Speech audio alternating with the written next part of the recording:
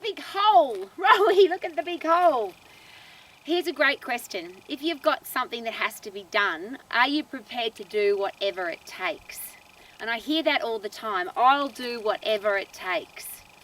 Well, I started this beautiful mission to create a great place for my puppy dogs to swim, and I'll just share you this gorgeous story.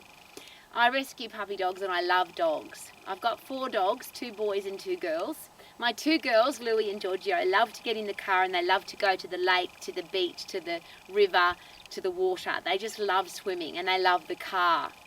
My 2 little boys, Aston and Bentley, they hate the car. Both of those boys were thrown out of a car as babies. So anywhere near the car, Bentley will get in but he hates it. Aston just won't go near the car. He really hates cars. And Bentley hates being away from home. So we can't take Bentley and Aston to the lake or to the river or to the beach because they won't get in the car.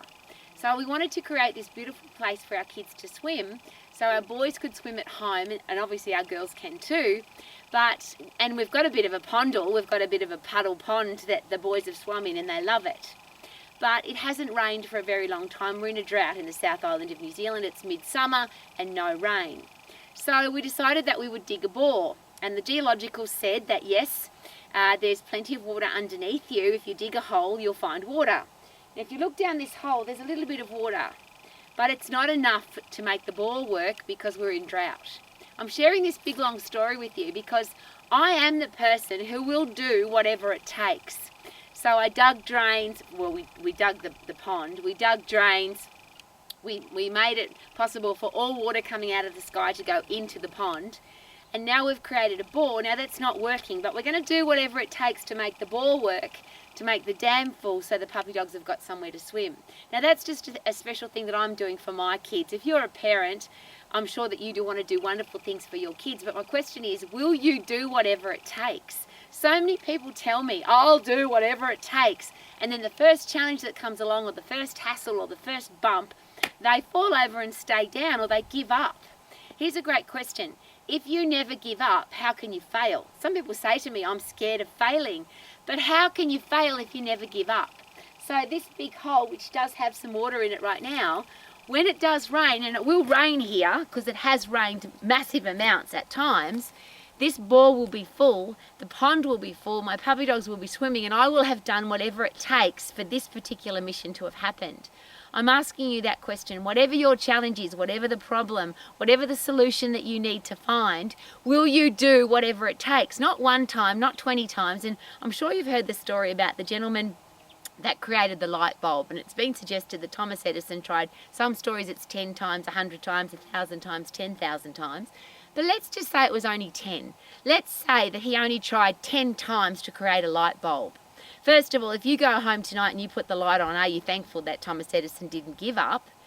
But how many people do you know would try something 10 times before they give up? Most people try once, maybe twice, and then it's all over, they give up. But he tried again and again and again and again. And when asked, Thomas, how did you come up with this light bulb? And he said, well, I figured out 10 ways, 100 ways, 10,000 ways how not to make a light globe. I didn't fail, I just worked out how not to do it. So whatever a number of times it took him to make the light globe, I'm glad he didn't give up. I'm glad that the Wright brothers didn't give up when they decided that humans could fly. I'm glad that Steve Jobs didn't give up when he decided that we could put thousands and thousands of songs into our pocket, and that we could call people on the other side of the world and do our banking and our internet connection and everything on our phone. He decided that we could do that. He changed the world. I'm glad that Sergey and Larry from Google decided that they wanted to put everything that's on the planet, every website, everything onto the internet so that we could find it really easily. I'm glad that even though everybody told those people it was impossible, you can't do it, it won't work, they did it anyway because they believed that they could do it. Now you don't know that you can do it. I don't know that this hole's going to fill up with water and that we're going to have a water bore and this dam's going to fill up. But I'm not going to give up ever. I will do whatever it takes, and that's my favourite quote. You'll see me waving from the top or dead on the side, but I'm not coming back. I'll do it or die. May you have that attitude, because if you have that attitude, is it possible that the world gets out of your way? People go, oh my God, Rowie's pretty serious about what she's doing. Don't interfere with what she's doing. So if you've got that attitude, I will do it or die, the world will work for you, or they'll get the bloody hell out of your way, and then you've got more likelihood of doing it. So rather than being scared of failing, be excited about succeeding and live your life to the max. Super duper doo, how are you? There's water in my bowl. Woohoo!